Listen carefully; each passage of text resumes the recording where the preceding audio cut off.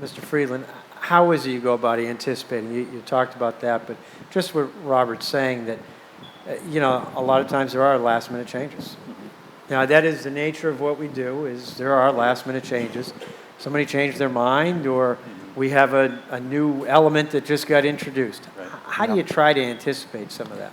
Well, I think first and foremost, the thing to remember in what we're doing day in and day out is that we are in the service industry.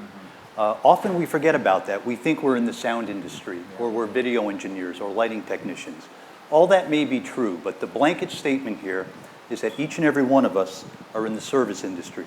We're hired to provide a service, and these gentlemen and people like them expect us to provide it very well, and that's why they come back. When you're in a position of getting ready to do a show, you're building a show, you're loading in the show, it's important to have communication with the client ahead of time, and this is part of the anticipation of the needs, to see if what you think they want and what they think they want are the same thing. This is often where the disconnect happens. We may go into a room and say, all right, we're going to put up 2 video screens, 4 speakers, some lighting, the room is X big, and that's all fine. Now, you guys may come into the room a few hours later and decide that you want it set up differently, or maybe things need to move.